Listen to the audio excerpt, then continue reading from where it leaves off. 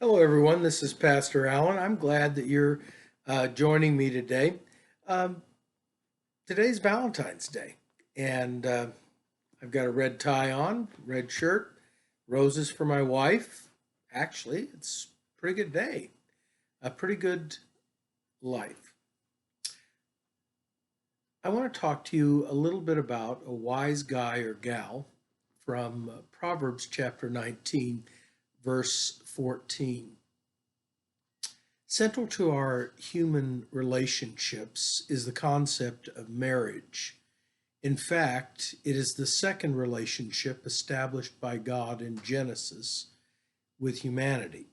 His first relationship was a relationship he established as creator with Adam.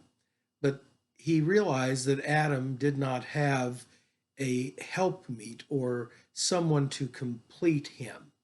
And so he made woman and brought her to Adam and introduced them to one another and to himself. That process developed a relationship that is the very foundation of all social order and that the Bible takes very importantly because of that. It is probably why marriage, above all other relationships, is the most damaged by the humanity's fall. In Genesis chapter 2, God intends for a husband and wife to trust each other fully, to cooperate in building up the creation that he has entrusted to their care. He blesses them with abilities and talents and different ways of looking at the world and wants them to work together at this process of fulfilling his will in the world.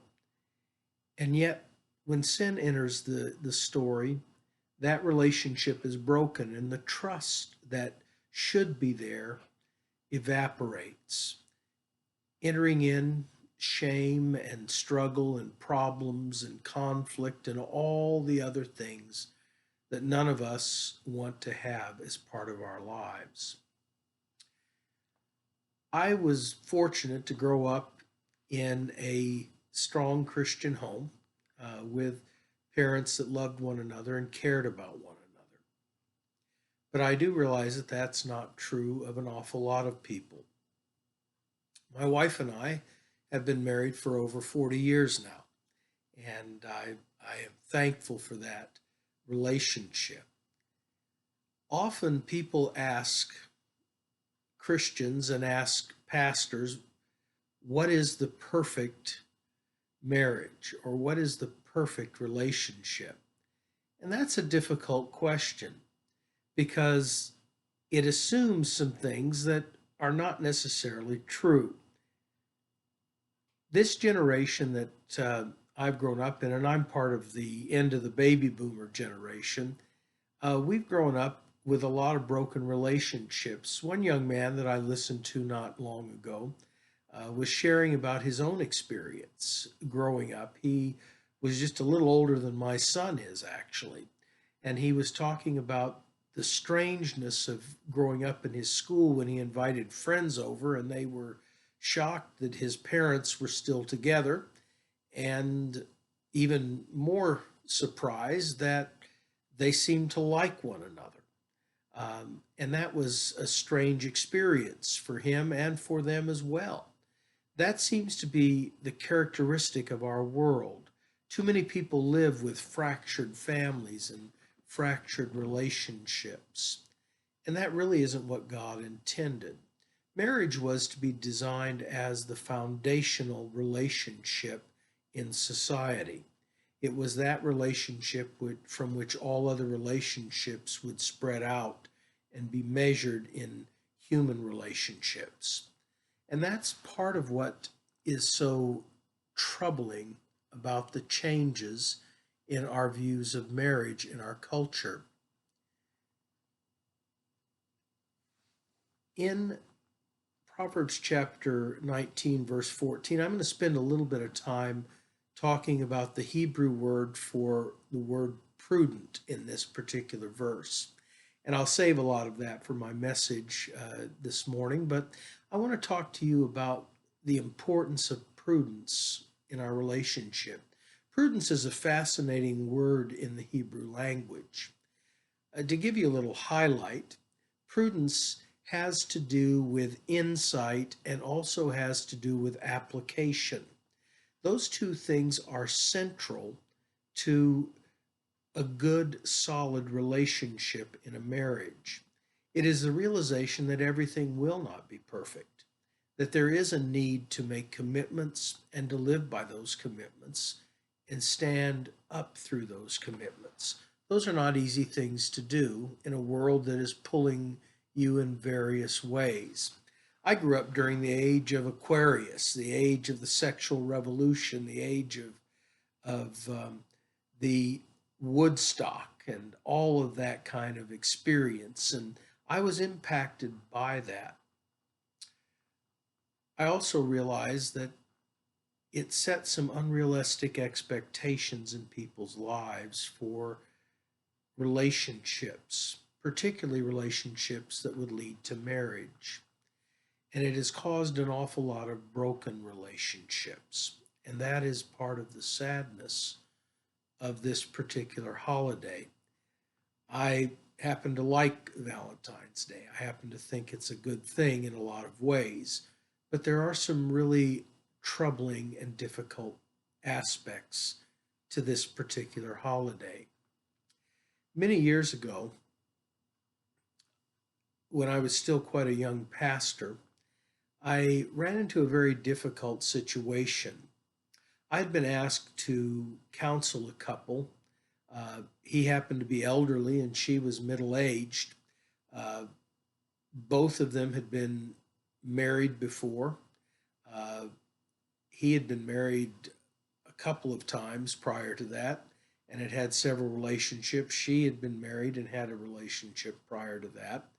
And on top of that, there was cultural differences. She was not a United States citizen. She came from outside the United States, and that added to the conflict and the difficulty in their relationship. When they came to me, uh, they were brought to me by one of the people in our church who asked me to try and help them because it was clear they were having serious problems in their marriage. And as a young pastor, I sat with them and came to realize after our first session that there was probably little I could do to help them.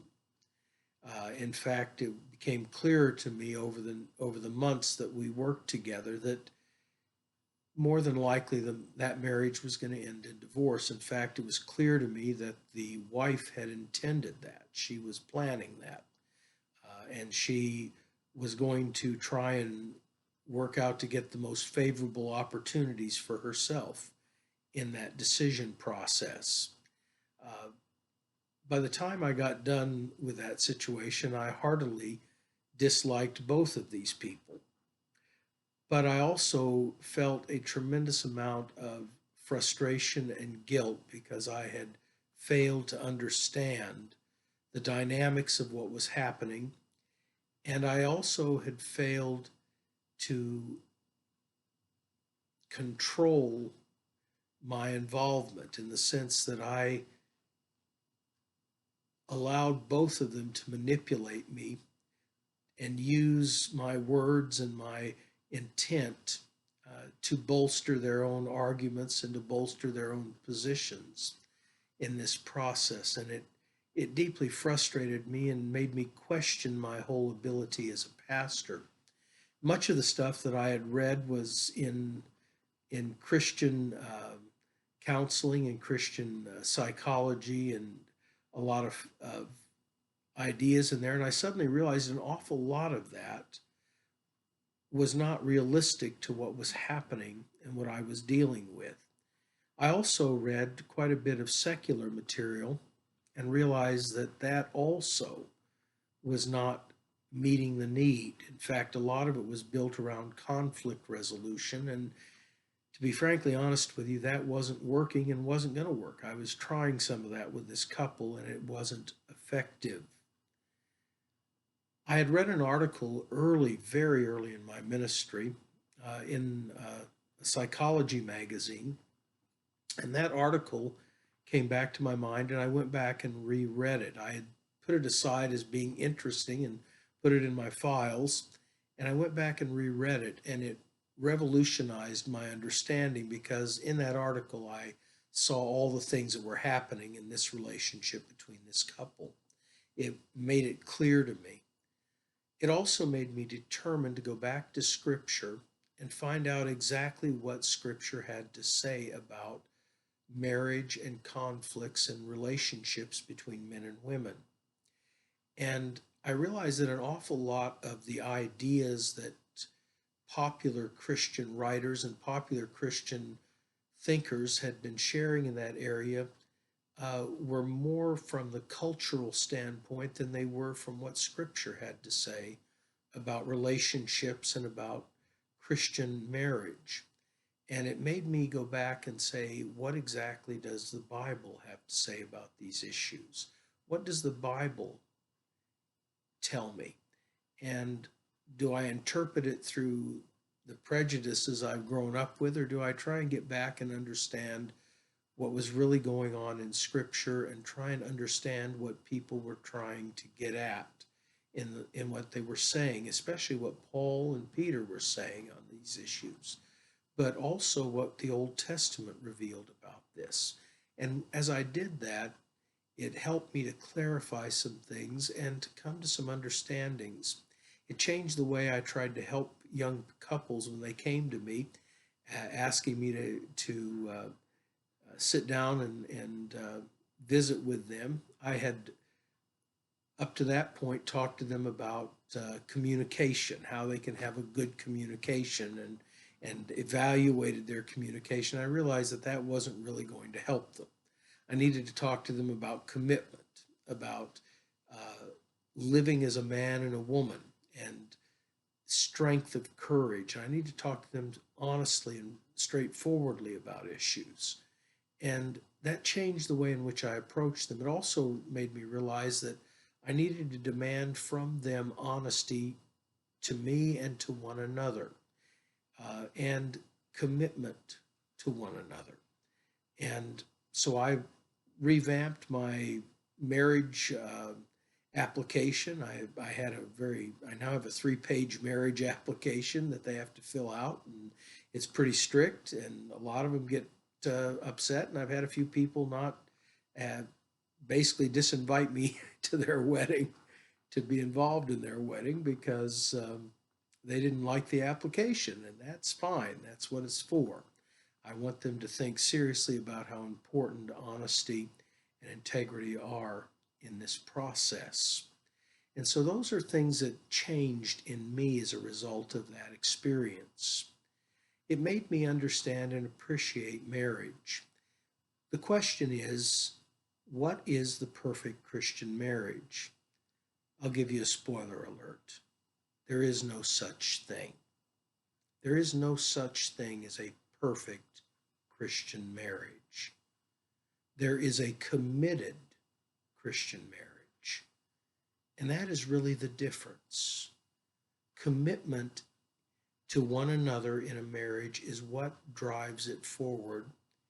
And our commitment to Christ is what gives us the courage and the strength to be committed to one another in our relationship. And that's true of Christians and even non-Christians. Commitment is central to a marriage relationship. Our problem in our culture now is that we do not honor commitment. Commitment is me saying, I am committed to this relationship. It's not me demanding my wife to be committed to the relationship. It's me being committed to the relationship. That is what is important in marriage. And we have lost that in our culture. We have lost that sense of commitment and that drive for commitment to one another. And God, I think, is saddened by that. So if you're looking for a perfect marriage, it's not going to happen. If you are willing to be committed, you can have a great marriage. It won't be necessarily what your ideal would be, but it will be a great marriage. And that's really what's important for you today. Thank you for listening. I hope you join us for church this morning. Church in Riverdale at the Riverdale Community Church begins at 8:30 this morning, and church in Garrison at the Garrison Church of God begins at 10:30 this morning, and I'd love to see you there. God bless you. You have a wonderful, wonderful Valentine's Day. God bless.